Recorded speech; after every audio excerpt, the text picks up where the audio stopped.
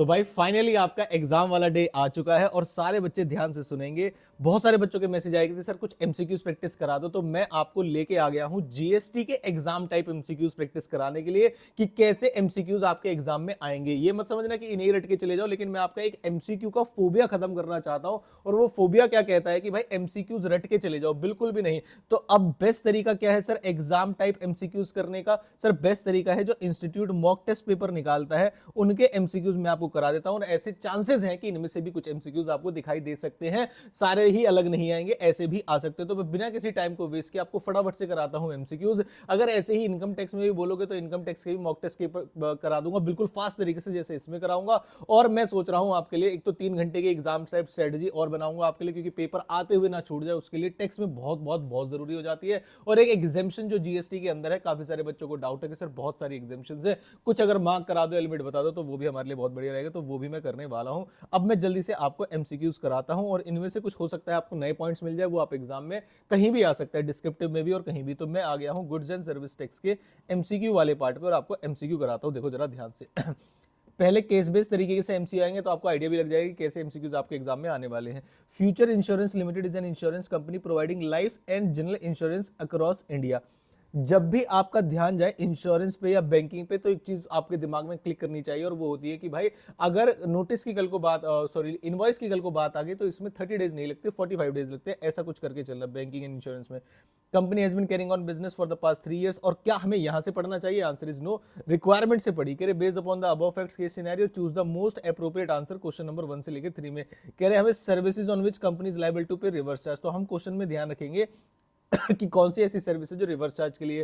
कह रहे total value of taxable supply made by future insurance. मैंने कहा ठीक है, वैल्यू ऑफ सप्लाई भी बता देंगे।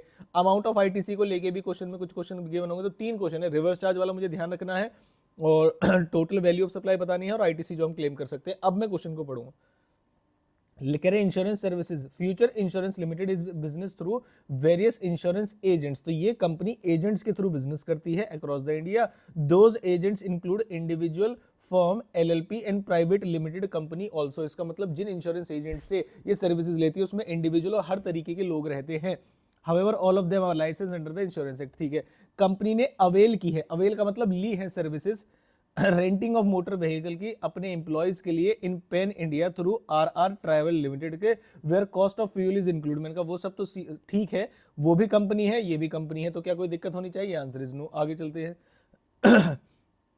जीएसटी का रेट बता दिया उसने। द सर्विस प्रोवाइडेड चार 5% GST and inform the company is claiming ITC. मैंने कहा ठीक है। अब आते हैं, देखो ये एग्जेम्पशन चैप्टर से है और जिस बच्चों ने नहीं पढ़ा है ये इंश्योरेंस वाली जो एग्जेम्पशन होती है स्पेसिफिकली, उनको मैं 3 चीजें बता रहा हूं, जरा ध्यान से सुनेंगे मेरी बात। और एग्जाम में आएगा और आपने नहीं भी पढ़ा हो तब भी आप कर देंगे। 2 नाम याद रखेंगे आप। जो प्रीमियम रिसीव होता है प्रधानमंत्री जनधन योजना में और आम आदमी बीमा योजना में, मतलब मोदी जी जो प्रीमियम देंगे और जो आम आदमी मतलब केजरीवाल जी प्रीमियम देंगे, दोनों के दोनों एग्जेम्प्ट होंगे। उसके अलावा अगर आप पर्सनल लाइफ इंश्योरेंस पॉलिसी लेते हो एक्सीडेंट वगैरह की, तो वो एग्जेम्प्ट होती है। और सारे बच्चे ध्यान से सुनेंगे, अगर माइक्रो इंश्योरेंस प्रोडक्ट लिखा हो और वो 2 लाख से ज्यादा हो तो ही टैक्सेबल होता है, अदरवाइज टैक्सेबल नहीं होता। तो ये 3 चीजें और एक पर्सनल लाइफ, 4 बातें आप मेरी याद रखेंगे, एग्जाम में आएगा तो आपको याद रह जाएगी। एक तो प्रधानमंत्री वाली एग्जेम्प्ट होगी, तो क्या 5 लाख वाली पे टैक्स लगाएंगे? Answer is no. आम आदमी वाली पे टैक्स लगाएंगे? नहीं। प्रीमियम और लाइफ माइक्रो इंश्योरेंस प्रोडक्ट पे क्या लगाएंगे? Answer is yes. वैसे तो नहीं लगाते अगर 2 लाख से कम होता, क्या नाम है, सम एश्योर्ड। अदरवाइज अभी तो हम क्या करेंगे, अभी तो इसे टैक्सेबल कर देंगे। उसके बाद प्रीमियम रिसीव्ड ऑन री insurance of group personal accident. तो पर्सनल एक्सीडेंट वाली जो है वो एग्जेम्प्ट होती है, बाकी किसी भी टाइप की है आप आंख बंद के टैक्सेबल कर सकते हैं। फिर भी एक बार पढ़ लेते हैं, रिपीट तो नहीं होगी कोई। बाकी प्रीमियम मनी बैक पॉलिसी, बाकी सारी टैक्स। तो आप 3-4 बातें याद रखेंगे। पहली बात है प्रधानमंत्री वाली, एक आम आदमी वाली, और एक आपकी माइक्रो माइक्रो इंश्योरेंस वाली जो 2 लाख से ऊपर रहती है, और तीसरी वाली आपकी पर्सनल एक्सीडेंट वाली। बस इससे याद रखेंगे। तो वैल्यू ऑफ सप्लाई कितनी हो जाएगी? 4 लाख, 7 लाख, 4 और 7 11 और 12 23 लाख रुपए जो है हमारी वैल्यू ऑफ सप्लाई हो जाएगी। तो क्या किसी क्वेश्चन में वैल्यू ऑफ सप्लाई भी पूछा था हमसे? यस, ये रहा वैल्यू ऑफ सप्लाई और आंसर नंबर हो जाएगा सी। और आईटीसी कैसे बनेगा? आईटीसी से पहले हम एक बार बात करते हैं, उसने पहले क्वेश्चन में क्या पूछा था। कह रहे सर्विसेज कौन सी हैं जो जिस पे रिवर्स चार्ज लगेगा, तो उन्होंने बोला था कंपनी बहुत सारी सर्विसेज लेती है, इंडिविजुअल से भी लेती है, फर्म से भी लेती है, एलएलपी से भी लेती है। तो इसका मतलब एलएलपी तो एक बॉडी कॉर्पोरेट होती है आपकी, तो उसमें तो रिवर्स चार्ज लगेगा नहीं। तो उसने कहा कौन कौन सी चीजों में, सर्विसेज जो इंश्योरेंस एजेंट से ले रही है उस पर रिवर्स चार्ज लगेगा, या जो कंपनी से ले रही है। तो जब एक कंपनी दूसरी कंपनी को सर्विसेज देती है तो उसमें तो रिवर्स चार्ज का कोई मतलब ही नहीं होता। तो जो भी इंश्योरेंस एजेंट, वहां पर इंश्योरेंस एजेंट सर्विस प्रोवाइडर है और कंपनी सर्विस रिसिपिएंट है, तो जो सर्विस रिसिपिएंट है वो लायबल टू पे होगी, ये रिवर्स चार्ज इसमें लगेगा। कह रहे आईटीसी कैसे मिलेगा, मैंने कहा आईटीसी की बातें आगे की गई हैं, देखिए। कह रहे future insurance limited received the following supply in the month of May and details, और जो है वो इस तरीके से है। GST paid on purchase of car managing director के लिए सबको पता है भाई ब्लॉक्ड होती है, इसमें नहीं मिलेगा आपको। जीएसटी पेड ऑन बस जिसकी सीटिंग कैपेसिटी 14 है, कुछ मत देखो और मिल जाएगा।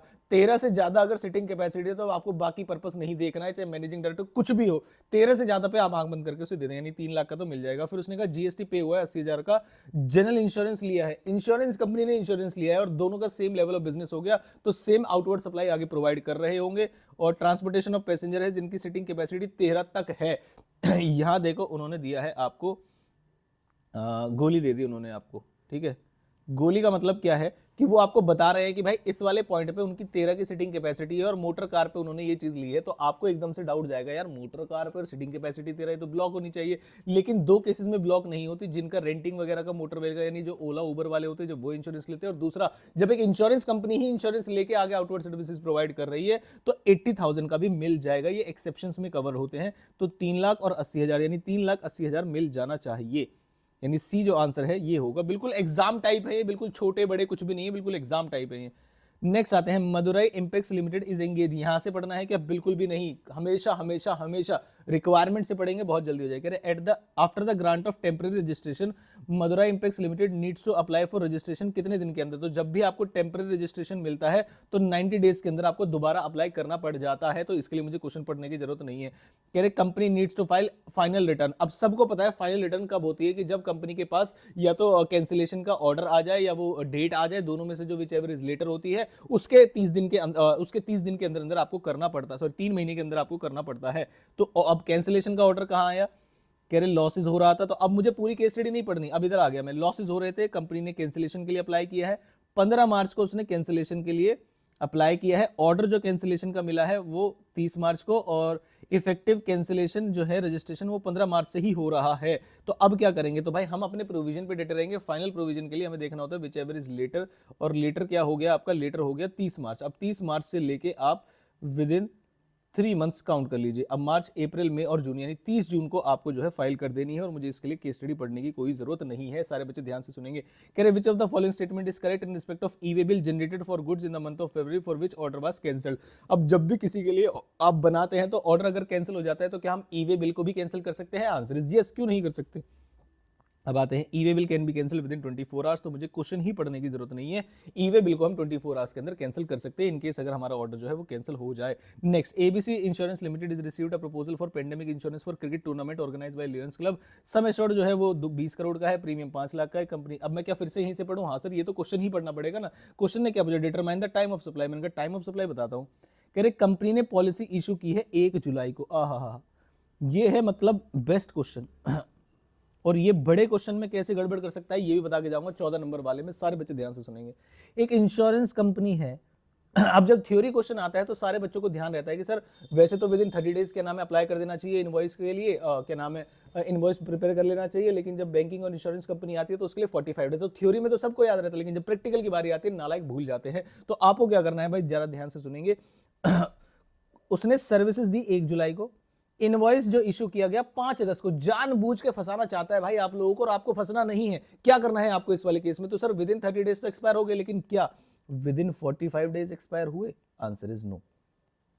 तो विद इन 45 डेज के अंदर इनवॉइस इशू किया है, तो इनवॉइस की डेट मेरे काम की डेट है, पहली चीज तो, और दूसरा पेमेंट 14 अगस्त को मिली है, तो विच एवर इज अर्लियर जो है 5 अगस्त की डेट जो है आपकी वो हो जाएगी टाइम ऑफ सप्लाई। अब जरा ध्यान से सुनेंगे सारे बच्चे, अगर कोई 30 दिन वाला कंसेप्ट लगा के आता तो जिस दिन कंप्लीशन ऑफ सर्विस हुई है 1 जुलाई को, यानी जिस दिन उसने सर्विस प्रोवाइड की है, और डेट ऑफ क्या नाम है payment 14 August which ever is earlier करके 1 जुलाई को, अगर बच्चा भूल जाता 30 और 45 डेज वाला कंसेप्ट, तो क्वेश्चन को ध्यान से पढ़ेंगे। नेक्स्ट क्या पूछा है हमसे, क्या इशू करना है? नरे एक सप्लायर है रेडीमेड गारमेंट का, उसने इनवॉइस इशू किया है कस्टमर को और इनवॉइसली चार्ज हायर वैल्यू 42,000। जब हायर वैल्यू चार्ज करते हैं, हायर टैक्स चार्ज कर लेते हैं तो क्या इशू करते हैं? क्रेडिट नोट इशू करते हैं और क्या करेंगे बस। तो ये हो गए हमारे मॉक टेस्ट पेपर नंबर 1 के एमसीक्यूज। अब मैं फटाफट से लेके चलता हूं आपको मॉक टेस्ट पेपर नंबर 2 ऐसे ही। और ये बिल्कुल एग्जाम टाइप है भाई, है ना, और कोई दिक्कत वाली बात नहीं। कुछ एमसीक्यूज मैंने कल भी करा दी थी, जो मैंने 14 मार्क्स वाला क्वेश्चन कराया था, या एमसीक्यूज कैसे होंगे ऐसे बताने के चक्कर में मैं फटाफट से आपको दोबारा से बता देता हूं। Anushka registered under GST. फिर से मैं क्वेश्चन गलत तरीके से पढ़ रहा हूं और आप मुझे रोक के बताएंगे कि सर यहां से क्वेश्चन पढ़िए। कह रहे donation made by Anushka to Netra Jyoti charitable trust, वो क्या है? मैंने कहा डोनेशन की बातें करते तो पहले पॉइंट में ही डोनेशन पढ़ा हुआ है, पढ़ी।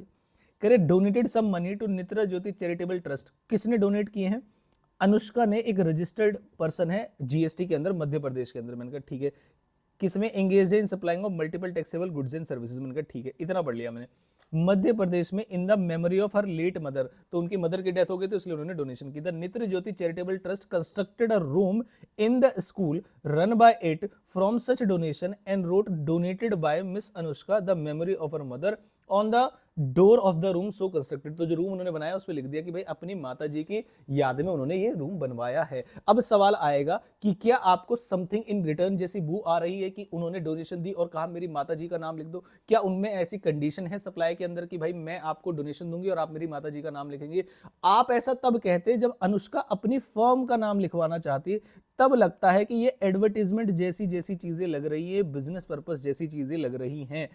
काफी सारे बच्चे इस बात को लेके धोखा खा सकते हैं यहां पर, है ना, जुमला फेंक सकता है इंस्टीट्यूट। तो भाई मैं आपको बता दूं, जब उनकी मदर के नाम पर उन्होंने लिखा है, अनुष्का की मदर, लेट मदर के, वो डोर पे लिखा हुआ है, कंपनी का नाम डोर पे नहीं लिखा हुआ। तो यहां पर क्या इसे सप्लाई मानेंगे? Answer is no. तो उसने कहा डोनेशन क्या होगी? Is not a supply at all. बस बी पॉइंट खत्म हो गया। Next, which of the following student in respect of sponsorship services fees received by Anushka. तो स्पॉन्सरशिप सर्विसेज जो है वो क्या होगी? तो उन्होंने ऑर्गेनाइज किया एक seminar in Indore, was sponsored by WEN win cricket academy, एक LLP है। अनुष्का ने रिसीव की है स्पॉन्सरशिप सर्विसेज 1.5 लाख रुपए की। ठीक है, अब क्या होगा बताओ उस पर? सर्विस प्रोवाइडर कौन और रिसिपेंट कौन? तो आंसर क्या लगेगा इसमें? कह रहे tax on sponsorship payable by Anushka under forward charge, tax on sponsorship services payable by BN under reverse charge. तो रिवर्स चार्ज पे टैक्स लग जाएगा और बी आंसर इसका होना चाहिए। एक बार आप भी क्रॉस चेक करेंगे। Next, Ashoka Public School intended to distribute gift package and consisting of fountain pen, calculator and tape dispenser its students on the occasion of Children's Day. Therefore, it entered into a cricket contract with Anushka 28 अक्टूबर को। Supply क्या कर रहे हैं? 2000 packet. ये कल भी करवाया था मैंने, जिसके अंदर ये मिक्स सप्लाई का कंसेप्ट था और हाईएस्ट रेट ऑफ टैक्स लगेगा क्योंकि अलग अलग चीजें आ रही हैं। तो आंसर क्या होगा इसमें? सर मिक्स सप्लाई है और एप्लीकेबल जो रेट होगा वो होगा आपका 18%। Next, out of all the payments received by Anushka in the month of October, value of exempt supply क्या होगी? तो मैंने कहा देखते हैं कौन कौन सी पेमेंट रिसीव हुई है। तो उन्होंने ये वाली पेमेंट रिसीव हो रही है, देख रहे हो आप जरा ध्यान से। टू द पॉइंट क्वेश्चन पूछे, जीएसटी आपको पास कराएगा, बिल्कुल टेंशन मत लेना। अगर आपका इनकम टैक्स मुश्किल आ गया तो आपको जीएसटी पास कराएगा और इनकम टैक्स पूरा मुश्किल नहीं आएगा। इनकम टैक्स की प्रेडिक्शन लेके आऊंगा अगर आप बोलोगे तो। Received the following payment during the month of October, कौन कौन सी पेमेंट करे? 1,60,000 रुपए परफॉर्म किया है western Indian cinematic concert Indore में। देखो इसमें दो चीजें हैं, पहली चीज तो वेस्टर्न है, ये क्लासिकल नहीं है, तो इसका मतलब ये एग्जेम्पशन में कवर नहीं होता। ठीक है, ये वेस्टर्न में है। और दूसरी चीज, एग्जाम्पशन में तब कहां तक कवर होता है? जब परफॉर्मेंस 1.5 लाख तक की होती है, और ये तो 1.5 लाख से वैसे भी क्रॉस कर गई, तो 1,60,000 पे तो टैक्स लगने वाला है। हमसे क्या पूछा था, कितने पे टैक्स लगेगा, कौन सा एग्जाम्प्ट होगा? एग्जाम्प्ट पूछा था। ठीक है, earn 50,000 for renting of space of textile emporium, तो इसमें भी कुछ एग्जाम्प्ट जैसा नहीं लग रहा मुझे। 70,000 रुपए फार्म लेबर से मिले हैं उन्हें। ध्यान से सुनना, तो क्या ये एग्जाम्पशन में कवर्ड है? Answer is yes. जब आप फार्म लेबर सप्लाई करते हो तो ये एग्जाम्प्ट होता है। तो 70,000 उसने एग्जाम्प्ट पूछा था, टैक्सेबल नहीं। दोबारा चेक कर लो तो all value of exempt supply, तो एक ही सप्लाई है 70,000 रुपए की जो कि एग्जाम्प्ट नहीं है, एग्जाम्प्ट है। Value of supply machinery by, जो सप्लाई की गई है अनुष्का ने, तो इसका मतलब वैल्यू ऑफ सप्लाई से रिलेटेड भी कोई क्वेश्चन है? जी हाँ। Supplied machinery with a basic price of 45,000 before TCS under income tax, tax collected at source. ध्यान रखना, इनकम टैक्स के टीसीएस को लेके क्लेरिफिकेशन आई है, और वो टीसीएस जो है, आपको जो टीसीएस है वो आपको ऐड नहीं करना है। वैसे तो आपने सुना होगा all taxes other than GST क्या नाम है ऐड करते हैं, लेकिन एक्सप्लेनेशन क्या आई कि टीसीएस को आप ऐड नहीं करेंगे। तो एग्जाम में अगर टीसीएस आ जाए तो आप ऐड नहीं करेंगे, और जो टीसीएस एप्लीकेबल है वो 2,500 रुपए है। फर्दर सब्सिडी 50,000 रुपए की मिली है प्रकृति फाउंडेशन प्राइवेट लिमिटेड से for usage of green energy, and subsidy was linked to the energy saved during the month. यहां पर है कैच, क्या ये सब्सिडी नॉन गवर्नमेंट है? Answer is yes. मेरा ऐड करने का मन कर रहा है, उन्होंने कहा रुक जाओ, क्या ये प्राइस से लिंक्ड है? दूसरा सवाल एकदम नॉन गवर्नमेंट, देखते ही भाग मत जाना, क्या ये प्राइस से लिंक्ड है, तो एक बार पढ़ लेते हैं। Foundation for usage of green energy and subsidy, जो लिंक है वो एनर्जी के यूज से है, तो इसका मतलब प्राइस से लिंक्ड नहीं है और मुझे ऐड करने की कोई जरूरत नहीं है। तो इसमें मुझे टीसीएस दिखाई दिया, वो मुझे ऐड करने की जरूरत नहीं है, और मुझे क्या नाम है जो सब्सिडी मिली है 50,000, वो भी ऐड करने की जरूरत नहीं। सिंपली 45,000 जो ओरिजिनल प्राइस था वही इसकी वैल्यू ऑफ सप्लाई हो जाएगी। सारे बच्चे ध्यान देंगे इस पर। Next, Which of the following statements in respect of furnishing of details of conveyance in part B E-way bill? E-way bill बहुत इंपॉर्टेंट, यानी कि E-way bill का भी कोई पॉइंट दिया होगा। देखो यहाँ से बिल्कुल क्वेश्चन पढ़ रहा हूँ मैं और उसके पैराग्राफ पे आ रहा हूँ, पूरा क्वेश्चन पढ़ूँ फिर पैराग्राफ पढ़ूँ, रिक्वायरमेंट पढ़ूँ फिर दोबारा से उस पैराग्राफ पे, ऐसा क्यों करना। अनुष्का ने एक ट्रांसपोर्ट करना है एक कंसाइनमेंट ट्रांसपोर्टर से and then to the consignee, ठीक है। Distance within the same state between her godown and the transporter is 20 kilometre. ध्यान रखेंगे सारे बच्चे, 50 किलोमीटर तक ऐसा होता था कि आपको पार्ट बी नहीं भरना है विद इन सेम स्टेट, है ना, विद इन सेम स्टेट, ऐसा आपको पता होगा। पार्ट बी भरने की जरूरत नहीं है, ठीक है। और प्लेस फॉर ट्रांसपोर्टर वो 99 किलोमीटर से, मैंने कहा वो आगे जाके देख लेंगे। हमसे क्या बोला है उसने, क्वेश्चन पढ़ लेते हैं। कहाँ गया, कह रहे part B need not to be file in respect of transporter of consignment from godown और Anushka to the transporter's location. क्या ये बात सही है? जी हाँ, ट्रांसपोर्टर जो ट्रांसपोर्ट करेगा उसकी लोकेशन तक पार्ट बी भरने की जरूरत नहीं, कंसाइन ही नहीं है भाई। कंसाइनमेंट जिसके पास जाएगा वो तो 99 किलोमीटर से, तो ए जो है इसका बिल्कुल सही आंसर है। अब इसके पास दो छोटे छोटे से एमसीक्यूज रह जाते हैं, इनको तो पूरा ही पढ़ना पड़ेगा। कह रहे while filing the return for the month of November, Vedika and company registered under GST generated E challan और 5 December for making of payment, ठीक है, थ्रू आरटीजीएस। बिल्कुल determine the validity of E challan, मैंने कहा वैलिडिटी ऑफ ई चालान कोई भी बच्चा भूल ना जाए, 15 डेज रहती है वैलिडिटी ऑफ ई चालान। सारे बच्चे ध्यान से सुनेंगे। तो बना कब था? 5 दिसंबर पे, तो वैलिड कब तक रहेगा, कौन से महीने में? तो भाई 20 दिसंबर तक वैलिड रहेगा वो। नेक्स्ट, कह रहे विकास लिंगम एक पब्लिक सेक्टर है, उसने प्लेस किया है ऑर्डर भारतीय स्टील रजिस्टर्ड बोकारो में ओडिशा में, जिसमें 70 आयरन शील्ड जो है जिसकी एक की कॉस्ट 12,000 है। तो मैंने कहा 12,000 इंटू 70, 12 सत्ते 84, 8,40,000 रुपए की वैल्यू है। मैंने कहा ठीक है। However, the supply will take place in 3 lots containing 10 shields, 20 shields and 40 shields। मैंने कहा ठीक है, डिफरेंट डेज पे determine the whether the tax is required to be deducted, यानी कि टीडीएस पूछ रहा है आपसे जीएसटी वाला। अब टीडीएस जीएसटी वाला कब लगता है? जब सप्लाई की वैल्यू जो है 2.5 लाख से क्रॉस कर जाती है। अब जब आप इंडिविजुअली निकालेंगे तो हो सकता है 2.5 लाख से क्रॉस ना करे, लेकिन ये जो वैल्यू है वो एग्रीगेट वैल्यू की बातें की जाती है। एग्रीगेट वैल्यू अगर 2.5 लाख से ज्यादा होगी, तो क्या एग्रीगेट वैल्यू 2.5 लाख से ज्यादा है? Answer is yes. क्या टीडीएस लगेगा? यस। कितने परसेंट से लगेगा? 2% से। तो पढ़िए, क्या टीडीएस, नो टीडीएस गलत है। TDS is to be deducted on the third lot of 40 shields only value exceed, नहीं भाई ये गलत है। TDS to be deducted on entire lot, ये सही है, पूरे के पूरे लॉट पे लगेगा। रेट दिया नहीं है, अदरवाइज कोई दिक्कत वाली बात नहीं होती। तो ये मैंने आपको कराए एमसीक्यूज जीएसटी वाले। वीडियो हेल्पफुल लगी हो तो भाई बिना सब्सक्राइब किए मत देखना, और 15,000 के हमारे गोल को अचीव कराना है आपको इसी एग्जाम्स में। अगर वीडियोस आपको हेल्पफुल लग रही है, 2 वीडियोस मैंने आपको बता दी, 3R के एग्जाम टाइप स्ट्रेटेजी और इनकम टैक्स के पेपर प्रिडिक्शन कैसे होगा, अगर आपको वो चाहिए तो मुझे आप कमेंट करके बताएंगे और वीडियो को लाइक जरूर करेंगे। अगर आपको अच्छा लग रहा है तो पेपर के एंड तक आपके साथ रहूंगा और एमसीक्यू सॉल्यूशन भी लेके आऊंगा, तो ध्यान रखिएगा। अब करता हूँ वीडियो समाप्त, जल्दी जल्दी से आपके लिए चीजें शॉर्ट तरीके से लेके आऊंगा। Thank you so much.